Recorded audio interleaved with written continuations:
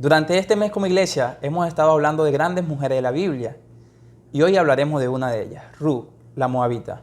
Ruth es conocida como una mujer significativa y ejemplar dentro de la historia bíblica. Ahora, ella nace bajo una historia conocida como una de las historias más atrapantes de la Biblia, tanto que un poeta alemán llamado Johann Wolfgang von Goethe describió a Ruth como el más hermoso relato escrito en pequeño formato. Otros describen la historia de Ruth como una obra maestra literaria y otros como una gran novela protagonizada por 3 personas, Ruth, Noemí y Boaz. Esta historia hermosa se dio bajo uno de los tiempos más oscuros del pueblo de Israel, el tiempo de los jueces. El pueblo de Israel era dominado por el relativismo, donde cada quien hacía lo que les parecía. Tanto que Dios castigaba a su pueblo por este hecho.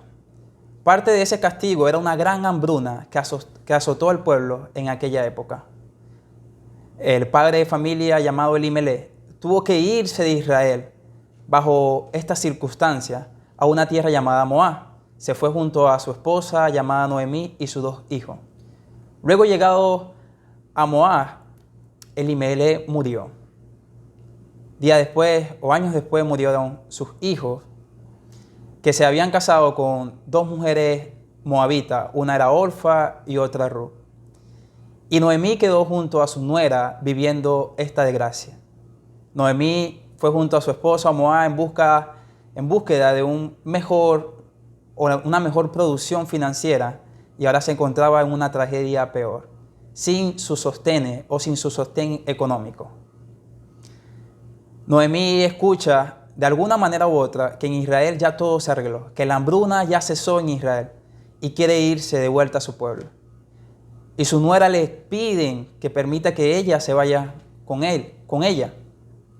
Pero Noemí, viendo su desgracia, les pide que no. Sin embargo, Ruth fue permanente en su decisión y se fue con Noemí a Israel.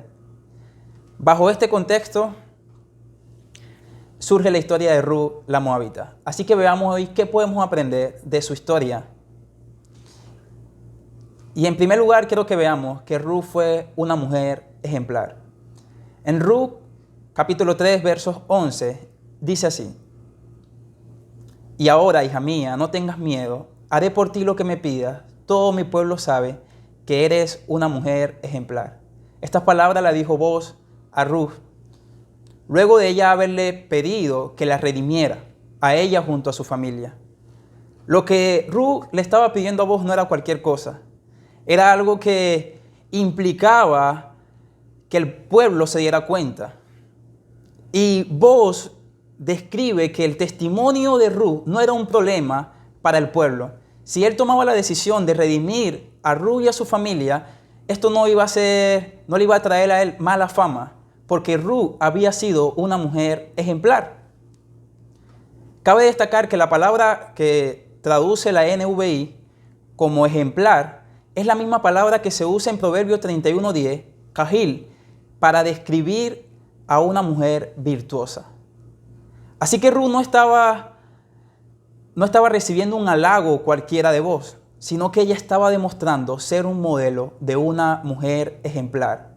Lo que Boaz estaba diciendo era lo que Ruth había demostrado en su caminar en Israel. Qué interesante que a veces hay personas que tienen talentos, tienen dones para hacer muchas cosas, pero su testimonio les cierra puertas. En este caso, Ruth, su vida ejemplar le abría puertas para con Boaz. Ahora, ¿en qué fue ejemplar Ruth? Ruth fue ejemplar en su amor sacrificial. Ruth decidió ir a Israel a pesar de lo que eso implicaba. Noemí le pedía a su nuera que no fueran porque esto implicaba añadirles más desgracia a su vida. Ya habían perdido a sus esposos, ya habían estado sin ese sostén económico junto a ella. Sin embargo, Ruth decidió ir con Noemí a pesar de lo que esto implicaba. ¿Qué implicaba? En Israel iba a ser tratada como una extranjera. En Israel era asumir la pobreza porque no iba a tener quien sostuviera económicamente su vida y Noemí ya estaba vieja. Más allá de esto, Ruth decidió mostrar un amor grande hacia Noemí poco inusual o poco usual. Yo creo que hoy en día no vemos que una yerna muestre un amor así tan grande a su suegra, pero Ruth mostró un amor fiel hacia la persona de Noemí. En Ruth capítulo 2, verso 11, Boaz dice esto también acerca de Ruth. Ruth va a espigar a su campo y Boaz le abre las puertas y Ruth le dice, ¿por qué me tratas así? Si yo soy extranjera, ¿por qué me tratas de manera amable? ¿Por qué eres apacible conmigo? Y Boaz le contesta, ya me han contado, le respondió Boaz, todo lo que has hecho por tu suegra, desde que murió tu esposo, cómo dejaste padre y madre y la tierra donde naciste, y viniste a vivir con un pueblo que antes no conocía. El amor que estaba manifestando Ruth era notorio al pueblo. El amor que Ruth manifestó hacia Noemí fue algo que pudo hacer bulla en medio del pueblo porque fue algo impactante. Y sin duda este tipo de amor impacta. Un amor que sacrifica, un amor desinteresado. Porque pudiéramos pensar que tal vez Ruth tenía que ganar yendo a Israel, pero no. Tenía era que perder. Tenía mucho que perder, perder su juventud, perder su vida sirviendo a Noemí. Sin embargo, Ruth mostró ese amor sacrificial hacia su suegra. Sinceramente, de ese amor hoy en día el mundo escasea.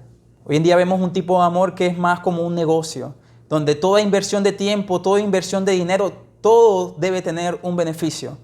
Y no queremos hacer nada por alguien que implique no recibir nada. A veces parecemos hacer cosas de forma sincera, pero cuando vemos actitudes en las personas que le ofrecimos este amor, le sacamos todo lo que le dimos. Pero el amor que esta mujer de Dios nos está llamando a imitar es un amor que va más allá del beneficio, es un amor sacrificial, un amor desinteresado que nos lleva a nosotros a estar dispuestos a hacer algo por alguien sin esperar nada a cambio. El amor que Ruth nos invita a manifestar es el amor que Jesús manifestó por nosotros en la cruz del Calvario. En Juan capítulo 13, verso 34, Jesús dice así, un mandamiento nuevo os doy, que os améis unos a otros como yo os he amado, que también os améis unos a otros. En esto conocerán todos que sois mis discípulos, si tuviereis amor los unos con los otros. El amor es un distintivo innegociable en la vida del cristiano. Y este no es cualquier amor. Jesús no está hablando de una mera emoción. Está hablando de un amor sacrificial. Un amor desinteresado que debemos mostrar por nuestros hermanos. En 1 Juan, capítulo 3, verso 16, el mismo apóstol Juan dice, en esto hemos conocido el amor, en que Él puso su vida por nosotros y también nosotros debemos poner la vida por los hermanos. Pero el que tiene bienes en este mundo y ve a su hermano en necesidad y le cierra sus entrañas, ¿cómo podrá habitar el amor de Dios en él? Hijitos, no amemos de palabra ni de lengua, sino de obra y de verdad. Sin duda, Ruth ejemplifica este amor que no es de palabra ni de lengua, sino de verdad. Con sus obras, ella pudo ser notorio al pueblo que ella amaba a Noemí. El comentarista William Barclay, hablando del amor, dice lo siguiente, la atónita expresión de los paganos en los primeros días del cristianismo era, mirad cómo se aman los cristianos. Uno de los obstáculos más grandes con que tropieza la iglesia moderna hoy en día, bajo el punto de vista del testimonio, es que al espectador debe aparecérsele como un conjunto de personas ensalzadas en disputas por verdaderas fruslerías. El gran problema de la iglesia moderna es que no nos amamos como se amaban estos hermanos en la iglesia primitiva. Así que yo creo que la Biblia nos manda y nos invita a ver la vida de esta mujer y a amarnos de manera desinteresada, a mostrar amor, a dejar de pensar por un momento en nosotros y también pensar en el otro. Pero Ruth no solo fue ejemplo en su amor sacrificial, sino que también fue ejemplo en su trabajo. Ruth fue a Israel en una situación de pobreza junto a su suegra. Su suegra no podía hacer nada porque ya estaba un poquito vieja y Ruth decide salir a trabajar. No se quedó de brazos cruzados aunque era mujer. ella decidió salir. Le dijo a Noemí: permíteme salir a espigar los campos, a ver quién es bondadoso conmigo. Había una norma en el pueblo de Dios que es expresada en Levítico 23:22. Dice, era una norma para los segadores: cuando seguéis la mies de vuestra tierra, no acabarás de segar el rincón de tu campo, ni espigarás tu tierra ya segada, las dejarás para el pobre y para el extranjero. Yo Yahvé vuestro Dios. La norma era que los segadores tenían que dejar una parte de la siega para que el pobre y el extranjero vinieran y trabajaran. Aquellos que estaban en esa condición fuerte económicamente, vinieran y trabajaran dignamente y se ganaran para comer. Era una manera generosa de Dios ayudarlos, pero también una forma de mostrarle a ellos que debían esforzarse por su comida. Y esto hizo Ruth. Ruth mostró un esfuerzo para satisfacer no solo sus necesidades, sino también pensando en la necesidad de su familia, que en este caso era Noemí. Ahora, yo veo dos cosas con las que Ruth es ejemplar en su trabajo. En el verso 7 del capítulo 2, uno de los segadores, describiendo a Ruth cuando Boaz le pregunta por ella, la describe así, o describe la actitud de Ruth de esta manera: ella me rogó que la dejara recorrer espiga de entre las gavillas, detrás de los segadores. No ha dejado de trabajar desde esta mañana que entró en el campo hasta ahora que ha venido a descansar un rato en el cobertizo. En primer lugar, él resalta algo: ella me rogó. Ruth, por derecho, por decreto de Dios a los israelitas, ya tenía derecho a ir a recoger lo que los segadores dejaban. Sin embargo, ella fue con una actitud de sumisión, una actitud de humildad. Esta actitud de humildad la llevó a que tuviera una gran impresión ante los segadores, que fueron muy amables con ella. Esta actitud de humildad le abrió puertas para con Boaz, ya que a Boaz escuchar este comentario tuvo una gran disposición hacia ella. Y sin duda la humildad debe ser un distintivo en nosotros como cristianos. Ahora, aplicando esto a nosotros, a veces vemos personas que aunque son esforzadas, que aunque son valientes, que aunque tienen talento, y aunque muchas veces tienen derecho a hablar, pareciese mejor no escucharla. Pareciese mejor que no opinaran, que no hicieran, porque su falta de humildad dificulta ser amable con ella, dificulta escucharlas. Pero Ruth era una mujer que mostró tal humildad que para estos segadores, o que creó una disposición en estos segadores de amabilidad con ella. Y en segundo lugar, yo veo en esta descripción de los segadores que Ruth no era floja. Él describió: no ha dejado de trabajar desde esta mañana que entró en el campo hasta ahora que ha venido a descansar un rato en el cobertizo. Ruth era una mujer esforzada que procuraba el bien de ella y de Noemí. Ella da un ejemplo interesante, no a una mujer nada más, sino a nosotros los hombres.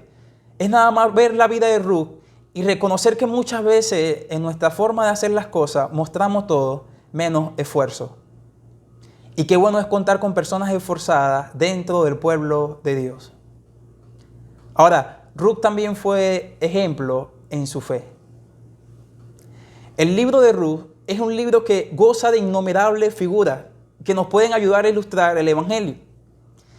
Y aunque parece una novela que trata de la vida de tres personajes, su contenido es rico y aplica en gran manera a la Biblia como un todo.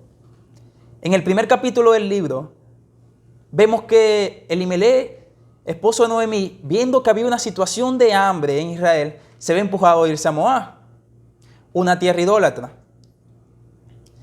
Vemos que posteriormente el esposo de Noemí muere y mueren sus hijos y se hallan en desgracia. Noemí ve esto como un impulso para irse a Israel, ya que en Israel habían cambiado las cosas. Pero sus nueras les dicen: nos queremos ir contigo, Noemí. Orfa, tanto Ruth como Orfa le decían: nos queremos ir contigo. Y Noemí le insistió: quédense, quédense. Y Orfa tomó una decisión. Ella decidió quedarse con su pueblo y con sus dioses. Pero Ruth insistió. Y yo creo, o me da la impresión, que el autor bíblico vincula herir al pueblo israelita con un asunto de fe. No era solo ir a acompañar a Noemí, mostrar amor, sacrificiar hacia Noemí, sino que era dejar las costumbres idólatras que tenían ella y convertirse al Dios de Israel, el único Dios verdadero. En el versículo 15 del capítulo 1, Noemí le dijo a Ruth, después que Orfa había decidido quedarse: he aquí tu cuñada se ha vuelto a su pueblo y a sus dioses. Vuélvete en pos de tu cuñada. Y en el 16 Ruth respondió: no me ruegues que te deje y me aparte de ti, porque donde quiera que tú vayas, yo iré, y donde quiera que vivas, viviré. Tu pueblo será mi pueblo y tu Dios mi Dios. Para Ruth, el hecho de ir a Israel era más que acompañar a Noemí. Era aceptar que el Dios de Israel sería su Dios. Era aceptar que ella renunciaba a todas esas creencias paganas que ella tenía y colocaba su fe en el único Dios verdadero. Y esta decisión no constituye una mera emoción, sino que es una decisión permanente que manifestó Ruth hacia Dios. Sin duda, esto lo vemos mucho dentro del pueblo cristiano. La fe verdadera, la fe que salva, la fe que nos lleva hacia la salvación, es esa fe que permanece. Esa fe que no está motivada por las emociones, sino que está motivada por la convicción plena de que seguimos al único capaz de salvar nuestra vida y el único que puede satisfacer las necesidades de nuestro corazón. En el capítulo 2, verso 11, vemos nuevamente que el escritor bíblico tiene la intención de mostrar que había una relación entre Israel y el asunto de la fe. Dice que Boaz le dijo a Ruth: he sabido en detalle todo lo que has hecho con tu suegra después de la muerte de tu marido y cómo abandonaste a tu padre y a tu madre, la tierra de tu nacimiento, y has venido a un pueblo que no conocías. Y en el 12 dice: recompense Dios tu obra y tenga un cumplido galardón de parte de Dios, el Dios de Israel, bajo cuyas alas ha venido a refugiarte. Ruth no solo fue a acompañar a Noemí, fue a refugiarse en el Dios de Israel. En una oportunidad Jesús, en Juan capítulo 6, hablaba con sus discípulos y parecía que el mensaje de Jesús le era muy fuerte. Juan describe que en ese momento ellos decían: palabra dura es esta. Y se fueron muchos de ellos. Muchos seguidores de Cristo lo dejaron. Y Jesús miró a los 12 y le dijo: ¿ustedes también se quieren ir? Y Pedro le contestó: ¿a dónde iremos si tú tienes la palabra que da vida eterna? Cuando nosotros seguimos a Cristo, seguimos con esta convicción de que Él es el único camino que nos lleva al cielo. Y por eso, aunque el ir a Israel implicaba ser pobre, implicaba añadir desgracia a su vida probablemente, Ruth estaba dispuesta a seguir porque ella sabía que estaba siguiendo la verdad y era al Dios de nosotros. Ruth y Orfa para mí ilustran aquella tierra de la cual Jesús habló en la parábola del sembrador. Dos tierras específicas, la de pedregales y la de buena tierra. Aquella semilla que se sembró en tierra de pedregales se describe como una tierra que al principio pareció dar fruto, que estaba emocionado, que iba a la iglesia todos los días, pero cuando llegó la circunstancia, cuando llegó la aflicción, esta persona dejó el camino. Y eso fue lo que manifestó Orfa, manifestó una emoción, porque seguramente ella sentía afecto por Noemí, pero ella no tenía convicción plena de quién era Dios y por qué debía seguirlo. A diferencia de Ruth, que es aquella tierra que la Biblia describe como buena tierra, que da sus frutos permanentes, esa tierra demostró que seguía a Dios por convicciones plenas de que Él era el único Dios verdadero. Ahora, aparte de Ruth ser una mujer ejemplar, hay otras cosas que podemos aprender de la vida de Ruth. Y es que vemos la mano de Dios en la vida de esta mujer. Ruth es uno de los libros que menos se menciona el nombre de Dios, pero sin duda vemos a Dios presente. Aunque el libro no mencione mucho este nombre, muestra la mano de ese Dios misericordioso, de propósito, soberano y sostén de su pueblo. El libro comienza con una historia trágica de Ruth y Noemí. Perdieron a sus esposos, perdieron sus sostenes económicos. Estaban en situación de pobreza. Sin embargo, cuando Ruth decidió ir a trabajar, de repente entra en la escena un hombre llamado Boaz, que este hombre se agrada de Ruth, que este hombre decide no solo ayudar a Ruth a proveer a su casa, sino que luego decide redimirla a ella y sacarla de esa situación de pobreza. Se casan y de este matrimonio sale un hijo que es abuelo del rey David, que pudiéramos decir que fue el mejor rey de Israel y por el cual vendría el reinado mesiánico de Cristo.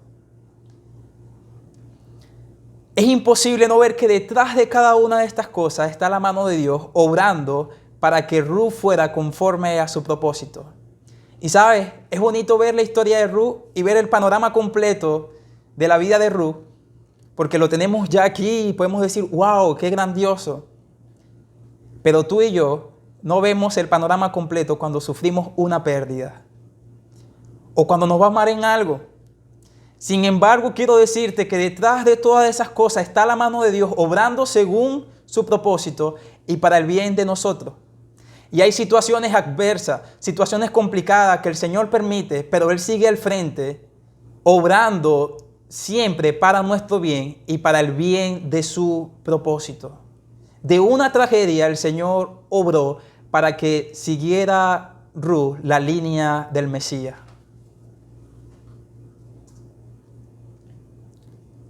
Otra cosa que podemos ver es que el Señor usa las decisiones comunes que nosotros tomamos a diario para cumplir su propósito aquí en la tierra.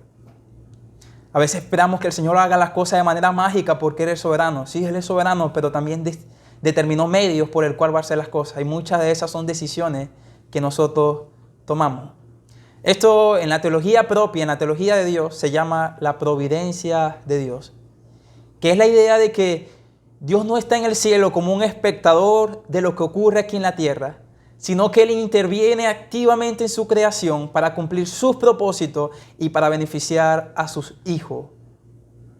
Aunque pareciera Dios no estar presente, aunque pareciera Dios no estar en la película, Él está obrando para el bien de sus hijos y de su pueblo. En Romanos 8:28, un texto bastante conocido, dice: ahora bien, sabemos que Dios dispone todas las cosas para el bien de quienes los aman, los que han sido llamados de acuerdo con su propósito. El Señor no está ausente en nuestras tragedias, Él la está usando para nuestro bien. Por eso le leo esta frase que dice así: es deber de los santos, especialmente en tiempos de dificultades, reflexionar sobre las actuaciones de la providencia para con ellos, en todos los estados y a través de todas las etapas de su vida. Es como si esto fuera una obra de teatro. Y siempre en la obra de teatro siempre salen al frente los actores, los protagonistas. Y las personas dicen: wow, qué obra, muy linda. Pero detrás de esa obra muy linda está un guionista que fue el que guió y preparó todo para que gustase. O como aquel director de orquesta que dirige un sinnúmero de instrumentos diferentes y logrando que estos armonicen. Yo quiero decirte que aunque parece que el Señor no está presente y parezca que Él no está al frente de las cosas, detrás de la atención de los segadores que vemos en Ruth está la mano de Dios, poniendo su gracia sobre la vida de esta mujer y llevando a cabo su plan perfecto a través de ella. Así que reflexiona y pregúntate: ¿eres capaz de ver que Dios está obrando a tu favor?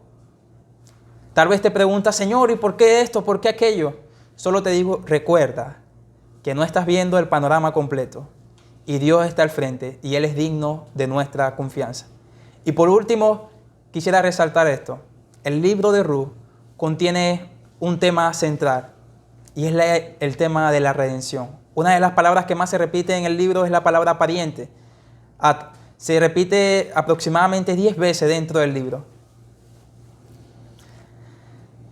Y Levítico 25 habla de lo que un pariente redentor debía hacer. Cuando un hermano de este pariente se encontraba en una situación de pobreza, al punto que lo llevaba a poner en venta su parcela, su heredad, esta venta no era de manera perpetua, sino que si esta persona que estaba empobreciendo tenía un pariente redentor capaz de redimirlo, él podía recuperar su parcela.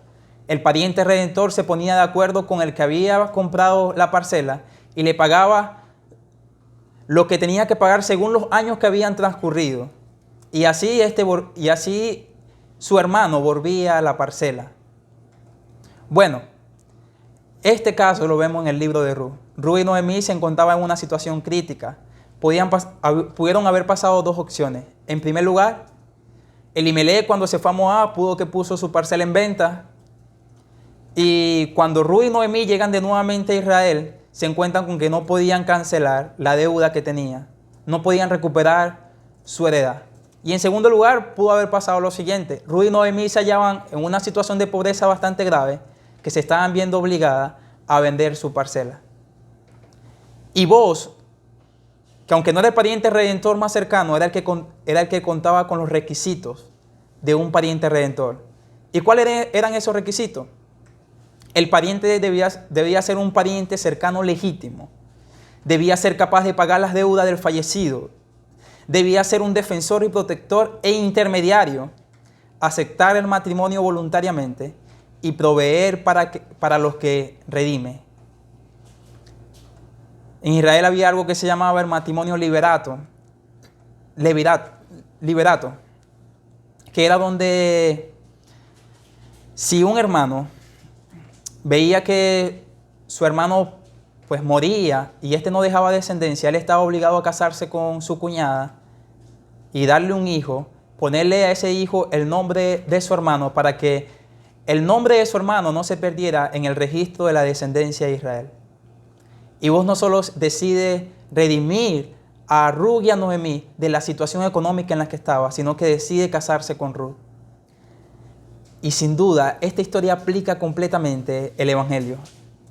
Nosotros nos hallamos como Ruth y Noemí, incapaces de pagar nuestra deuda, en una condición en la que estábamos en deuda con Dios, que no podíamos pagar. Nuestros pecados nos impedían satisfacer la justicia y ser del agrado de Dios. Pero Cristo, como explica Pablo en Filipenses capítulo 2, de manera voluntaria, se hizo como uno de nosotros, como nuestro pariente redentor, para pagar nuestra deuda, la deuda que teníamos con Dios Padre. Y así como vos, en el capítulo 4, fue a las afueras de la ciudad a negociar para hacer la transición y él ser el pariente redentor de Ruth, así Cristo fue a las afueras de la ciudad, al Calvario, y murió en la cruz del Calvario, rescatándonos de nuestros pecados por su muerte y proveyéndonos vida eterna a nosotros. Romanos 5:6 dice: a la verdad, como éramos incapaces de salvarnos en el tiempo señalado, Cristo murió por los malvados. Primera de Pedro 1:18 dice: como bien saben, ustedes fueron rescatados de la vida absurda que heredaron de sus antepasados. El precio de su rescate no se pagó con cosas perecederas, como el oro o la plata, sino con la sangre preciosa de Cristo, como de un cordero sin mancha y sin defecto. Por eso hoy, tú que tal vez no reconoces a Cristo como tu Señor y tu Salvador, la Biblia dice que debemos arrepentirnos de nuestros pecados y poner nuestra confianza en su vida, en su muerte, en su resurrección, que es totalmente lo necesario para ser salvo. Y así que el seguir a Cristo es ahora. Y quisiera terminar diciendo que yo empecé este sermón con las palabras de algunos comentarios que decían que esta era una novela con 3 protagonistas, Ruth, Noemí y vos. Pero en realidad esta es una novela con un protagonista y 3 actores de reparto. Y ese es Dios, que nos muestra cómo Él mostró su misericordia a una mujer extranjera, haciéndola parte de su plan redentor y usando sus situaciones para glorificarse en la vida de ella y teniendo como resultado una mujer ejemplar para nosotros hoy en día. Dios te bendiga.